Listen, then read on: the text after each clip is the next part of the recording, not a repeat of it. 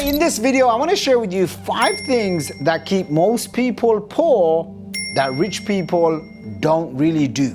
All right, so if you're interested, let's go.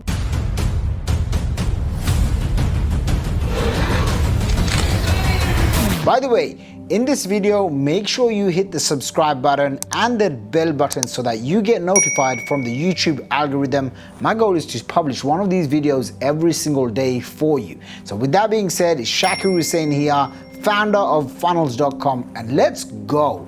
Now the reason why I want to share this with you especially is I was just having a chat with my video guy, Mikey. And Mikey's been traveling around the world with me for many years, especially when I went and did the Backpack Millionaire tour.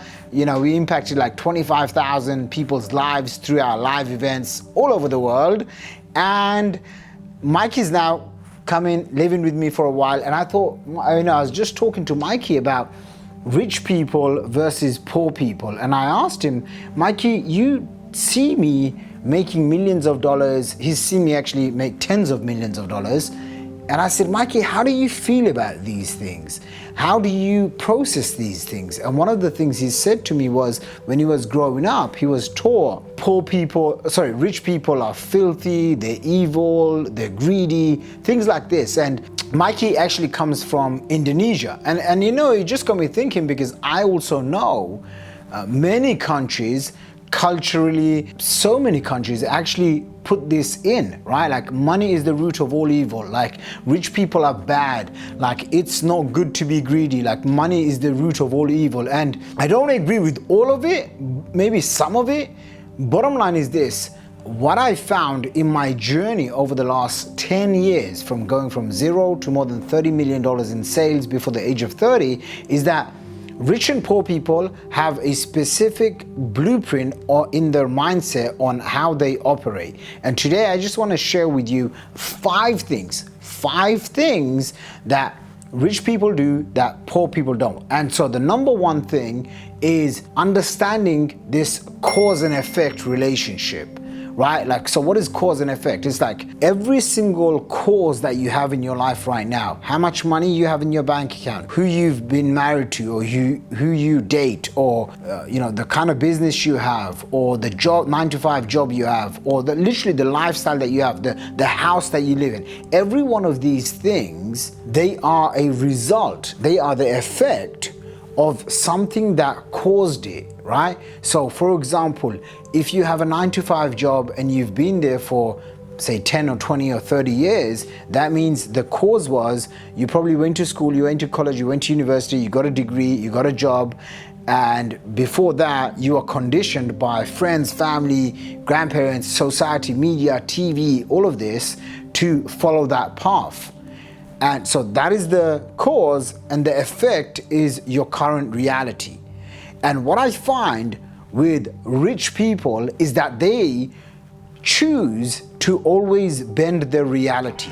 They find themselves in control of not just the effects of the life, but the causes. So they are very in tune, and they are on a vibration. So now it's getting woo-woo, please forgive me, but they are on a vibration where they realize if they take responsibility, they can create change, transformation inside of their life.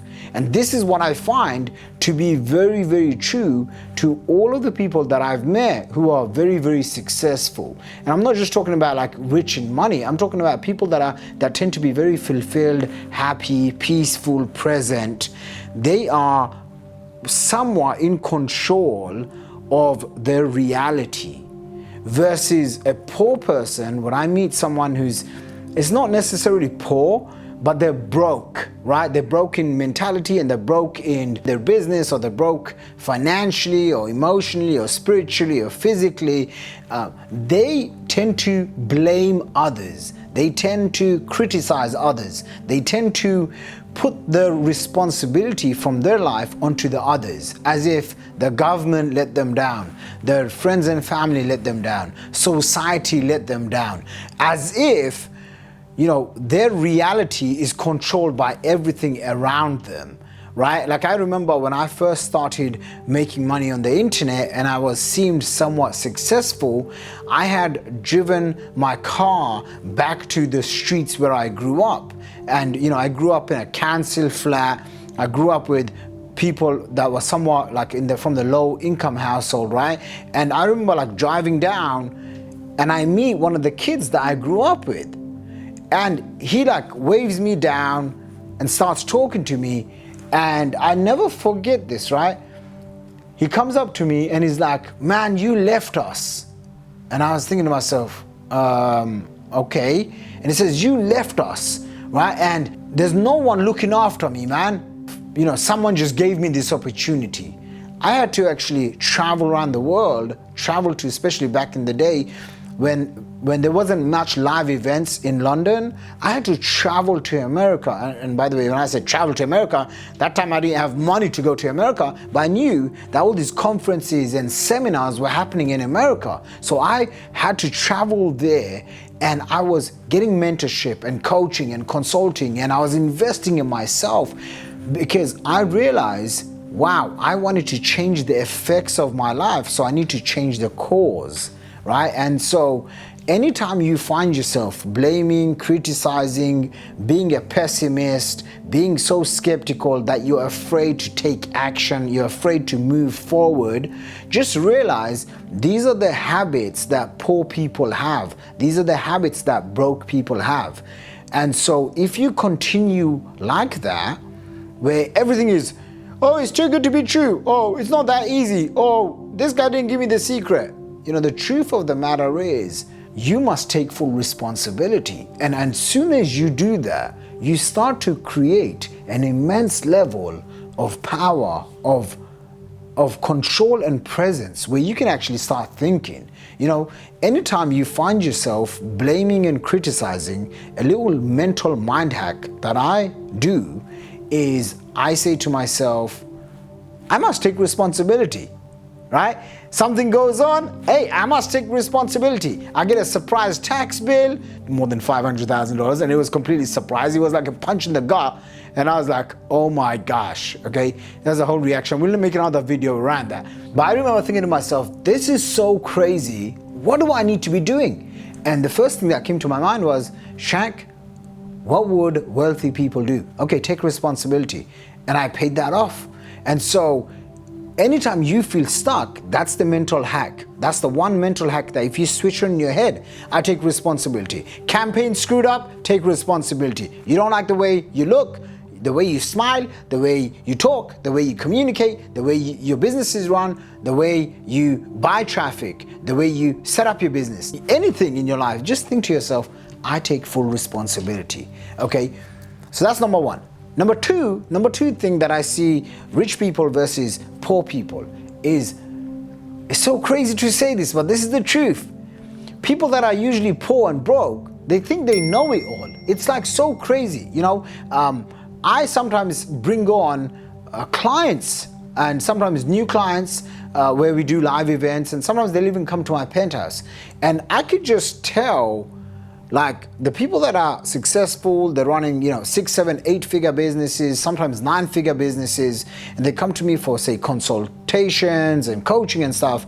They tend to ask questions and then just listen, right? Like, they're listening and they take notes. When I meet someone who's poor and broke, they just want to talk. It's like the craziest thing. I'm like, in my head, I'm like, I never used to do that, right? Like right now I'm talking because I believe I have value to share, so I'm talking. And I hope someone watches this video. If you like these videos, by the way, hit the like, subscribe button. I gotta say those things. When I used to go and meet people that were more successful than me, I would ask a question and then I'd like be quiet, and I would always, I still do this, right? Like that's why I have so many journals in my house. I'd always pick up my journal and I would always take notes. I would always carry a little notepad with me and I would just take notes non-stop, because I was in a state, and I'm still in a state of I'm open to learning. This like really baffles me. Sometimes I'll meet someone and they have like no idea what I really do, no idea how many businesses or what companies I have and how they operate, but they've maybe watched one of my YouTube videos, or they've join one of my programs and they have this need and urge to just like give me business advice. And I'm like, what are you talking about? Like, I don't say that because I don't want to be disrespectful, but I'm like, what are you talking about? Right? Like, what are you talking about? Like, chill out, right? You don't need to give me business advice. But they have this innate nature as if they know something that I don't. And sure, I'm open to learning from everyone, but calm yourself down when you feel like you know it all. Is this making sense to you? Right? Let me know if this stuff is making sense. Comment below in the comment section, okay? I'm gonna be reading all the comments myself and responding to you personally. So I'd really appreciate if this stuff is making sense to you. Okay, I meet very wealthy people that make hundreds of millions of dollars, even billionaires. And they always are in a state where they're learning. They are always in a state where they wanna ask a question to humbly learn, right? So next time you find yourself, you're talking too much, you find yourself, here's a little test you can do. When you meet someone who you think is successful in any area of life, just do this self-awareness test. All right, here's the little self-awareness test that you can do that's going to really help you.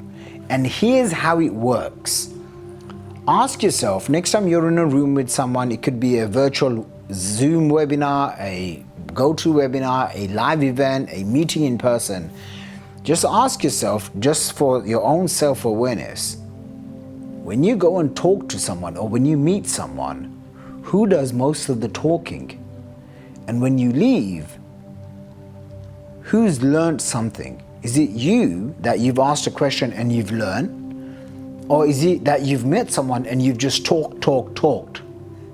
You getting this? Right? If you do this, I can assure you, okay, you are going to start behaving differently. What happens when you start behaving differently?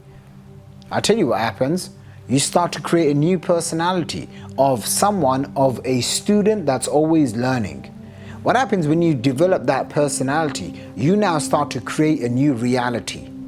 You get that? That's how you transform your life. That's how you transform your business.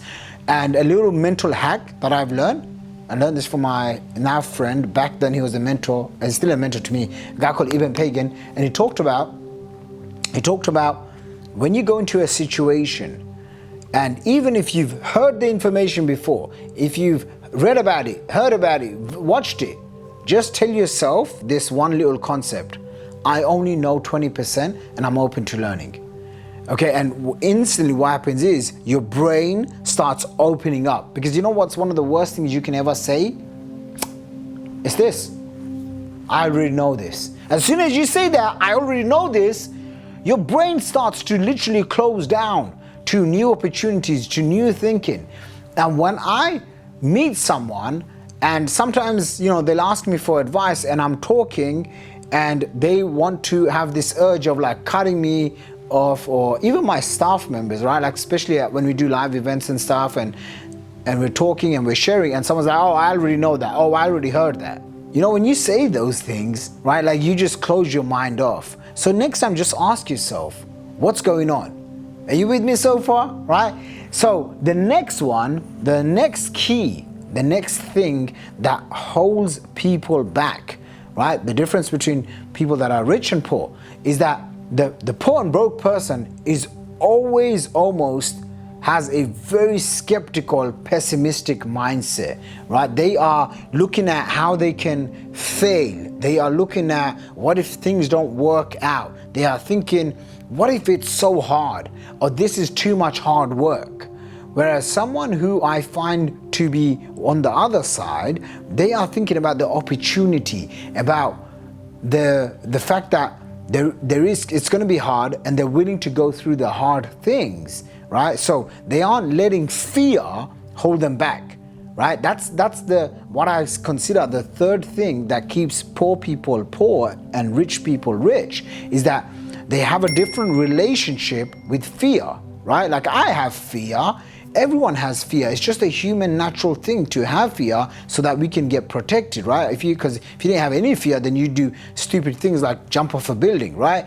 However, you have to learn, as Tony Robbins would say, to dance with fear, right? You have to understand that you can use fear instead of letting fear use you. So a little mental hack that I use is called the 5-second rule. And I got this from an author called Mel Robbins. And she basically talks about anytime you feel like, should I do this? I don't know, how am I gonna feel? And before that, fear and paralysis just even comes into your brain, comes into your mind to hold you back, just give yourself 5 seconds. 5, 4, 3, and boom, just go do it, right? Just go do it. Just go do it. So even when you wake up in the morning and you're in bed, right? Like I do this when I wake up in bed, I think to myself, you know what I'm gonna do? 5, 4, 3, boom, I'm out. I'm like a rocket ship. Like I have so much energy in the morning and I don't let myself have any sort of negativity. I mean, sure, I have negative thoughts and whatnot, but I don't let it drain me. I don't let that fear consume me. This is what a lot of people do, right? Especially people that are broke and poor, they let the fear consume them, right? Like you talk to them and all they do is just fear, fear, fear, right? And one of the ways, another hack that I'll give you is something I learned early on in my career. I can't remember from who. I like to give credit to whoever I learned from, is GIGO. Okay, what is GIGO? Garbage in, garbage out. What that means is if you feed your mind negative news, drama, gossip, stuff that doesn't really serve you, right? So for me, I don't watch TV, I don't read the news. I rarely ever get on social media to consume other people's stuff, because most of the time when I see anyone posting politics and stuff, I don't vibe with any of that, right? Like the reason is because me single-handedly will never be able to really change politics, or nor do I care too much about it. So I just tend to stay away from it. Does that make sense? I stay away from things that I can't control. And the politics, media, TV, all this gossip that people tend to just soak their intelligent brain on, I don't make any room for it in my life. Does that make sense? Now, sure, every now and then, someone from a friend or someone is going to share some news that's maybe related to me, or that I should pay attention to, obviously, so I'm not completely ignorant as to what's going on in the world. But most of the time, I want to stay focused in what we call our genius zone, right? The things that you're naturally good at, the things that you have strengths in, so that I know it's coaching business entrepreneurs, it's speaking, it's coming up with great new ideas, marketing and selling, it's being a CEO and developing new products, new software, new tools, hiring new people, right? So the nitty-gritty day-to-day stuff, I'm away, right? And so you have to figure out the fearful things. What are the things that you're always fearful of, right? And I can assure you, it's this concept like whatever garbage in, garbage out, right? So I am very focused on standing guard, as Jim Rohn would say, standing guard in front of my mind. I'm very specific as to who I let into my life, even the customers, right? Like most of my clients that even apply to work with us, like 70% of them have to be turned away because they're not a right fit, and my team will figure out, okay, they're not there in the right space, okay, they're not qualified, that's fine. So that's why I have so many funnels, sales funnels, right? Because I gotta filter out, because two things, right? Like as a business owner, your clients and the employees, right? The quality of your clients and the quality of your employees will dictate the stress levels in your life, okay? Just keep that one in mind. So just understanding fear, right? Like what is your relationship with fear? If you have some childhood trauma, childhood past that experience different levels of fear that doesn't serve you right now, it is now your responsibility. Yes, it is now your responsibility to overcome that fear, to let go of mental trauma, any sort of trauma, bad experiences that you've gone through, right? Because here's another thing. I see poor and broke people always holding on to their past. I'm like, that happened 5 years ago. That happened 15 years ago. What's going on, right? And so your ability to let go of the past will determine how fast you can move on. You know, you got bullied in school, this person dumped you, you dumped this person, your heart was broken, someone betrayed you, you know, someone stole money from you. That's the reason why you don't start another business. You know how many people stole money from me, right? Like, I've had like $650,000 cash stolen from me, right? This is from employees. When I was younger, I was a little bit wild, right? And so, you know, I used to give my bank account details and my credit cards and all of this stuff to people. And I had like over $600,000 cash stolen from me, right? Like, this is real cash. I've lost over $1.1 million in investing in bad startup companies. Because I used to just like, I was so out there. I was like, oh, I'm going to believe in everyone that wants money. So I just hand out 50, 100K, 500K checks. And when things didn't work out, if, listen to me, if I stayed in that field, then I would have always been playing not to lose. That's what broke and poor people do. They play not to lose. So they're always in scarcity mode, right? Whereas a wealthy and rich person, you know what they do? They play to win, right? That leads me into my fourth thing. And that one is making it a habit of coming outside your comfort zone, making it a habit every single day. Do one thing that pushes you, right? Do one thing that you feel like, oh my gosh, I thought I could never do this. Now you can, every single day. And the easiest way I know how to do this is just ask yourself, are you growing today or are you dying, right? If you are spending all your time like lazing around, you know, just ask yourself during this pandemic, like what's going on with you? Are you actively learning, growing, investing in yourself? Are you pushing yourself? Or are you actually watching Netflix and binging on videos and binging on just consuming information but never acting on it, right? Like, these are the things that you want to ask yourself. Are you doing things that scares you? Or are you doing things that you're just comfortable, right? You're just like cozied up and you don't want to hurt yourself, right? Like, what is the thing? Because your level of comfort and discomfort will determine your success. One of the things that I discovered early on is that successful people have really high pain threshold, okay? And what if you don't have a high pain threshold? Well, now's the time to develop it. And how do you develop it? By pushing your comfort zone over and over and over again so that your pain threshold keeps going up and up and up. Is that making sense? Is this good stuff? Let me know in the comment section, because I'm fired up. I'm excited to share this stuff with you. Listen, this is the same stuff that took me from zero, being broke, living with my parents, you know, the whole 9 yards, you know, to becoming a multi-millionaire in my early 20s. Okay, in my early 20s. Cash liquid multimillionaire. And I don't say that to brag. I'm saying this to impress upon you what's possible if you do this right, if you get this, okay? My last one is something that I tend to see. It's a habit that a lot of people have, especially from when they're growing up. It's like a mental baggage of just judging other people.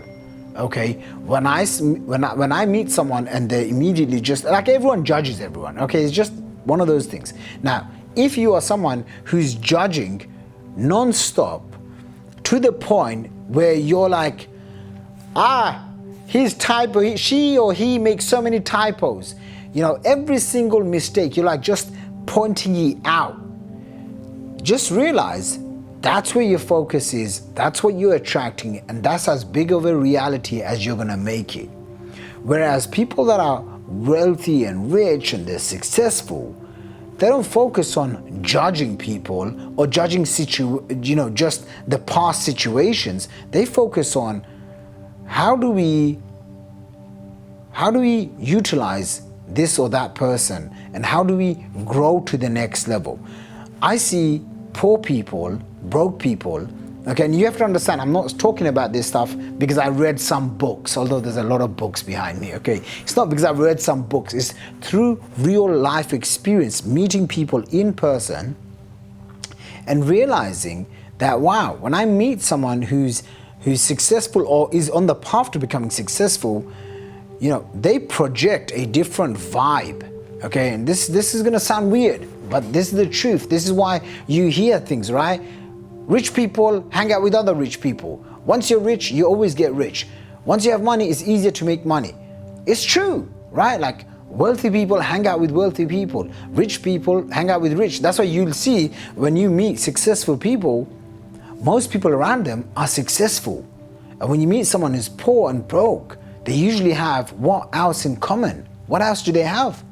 They have lots of poor, broke people around them. Right? And so one of the things is not being able to, is reducing and eliminating and trying your best to reduce that judgment that you have on other people, right? If you start judging people straight from the get-go, then you hold yourself back. I'll give you an example. Someone that I know, okay, who's a relative of mine, he comes to my house and me and one of my marketing guys, we're talking about this guy on YouTube and he's doing really well and I'm learning a lot from him. And this relative of mine just like looks at me and is like, oh, I don't like that guy. And I'm like, this relative of mine, he doesn't have a business, he's starting out, so I can tell where he's at in his mind, right? Like he's way far. And he says to me, oh, I don't like the way that the guy sounds or looks or something like that. You know, and I looked at him and I said, you know, forget judging other people. I don't ever tell my wife, check out the weather. What do you have for dinner? Like all of these nitty gritty things. I mean, sometimes I do ask her what she had for dinner.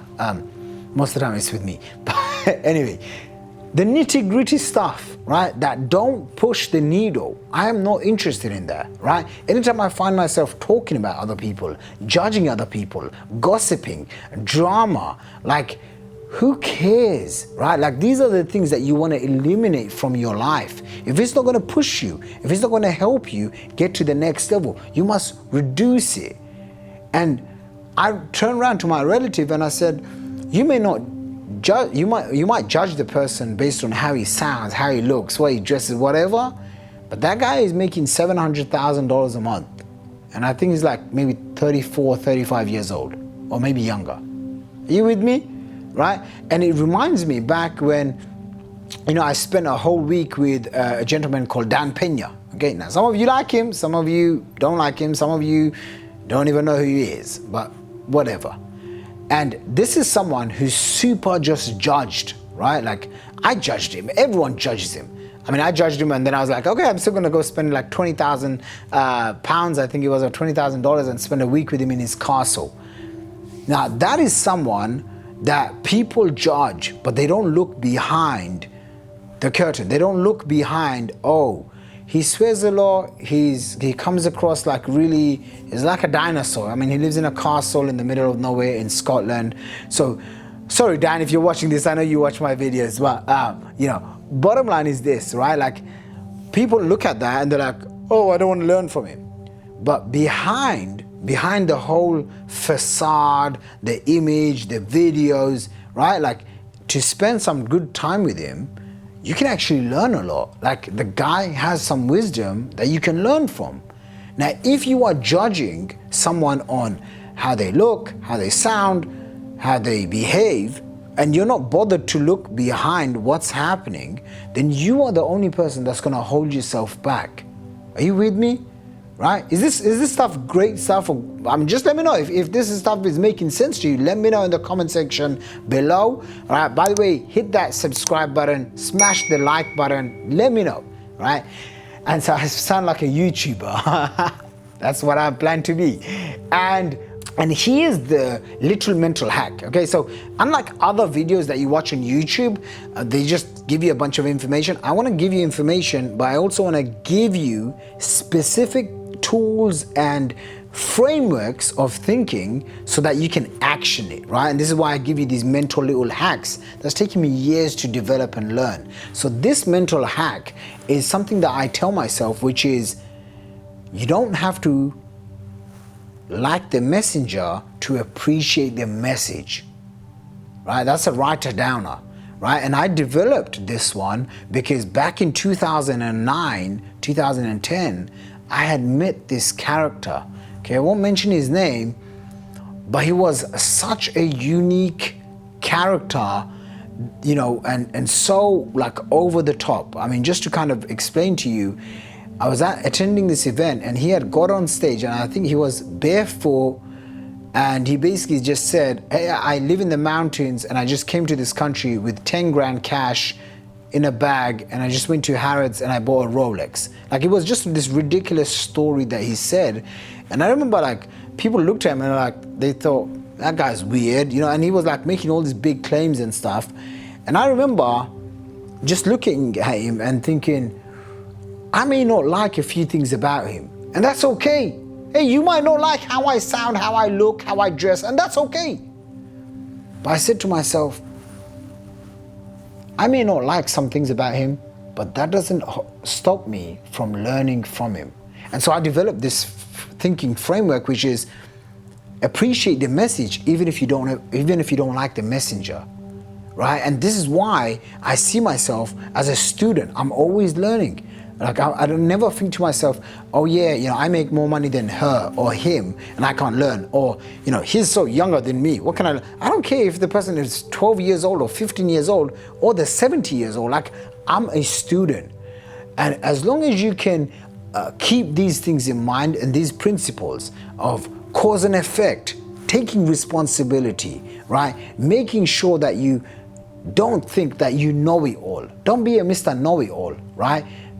You know, I remember, just to add to that, Mr. Know-it-alls, one of my mentors who was on stage, he was sharing, Mr. Know-it-alls usually have large egos and small bank accounts.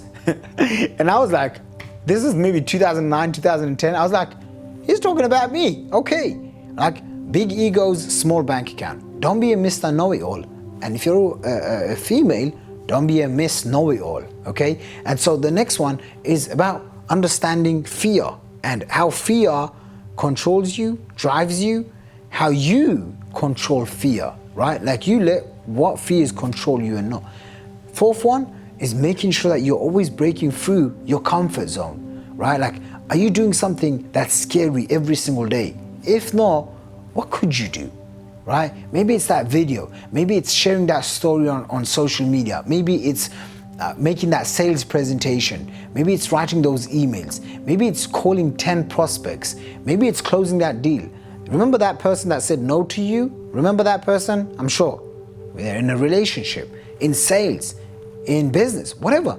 Go back to that person. See if you can mend things up. Follow up. Do things that are uncomfortable. Right? And the last one is being able to appreciate the message even if you don't appreciate or like the messenger, right? Not judging people and projecting your insecurities on other people. Those are the 5 things.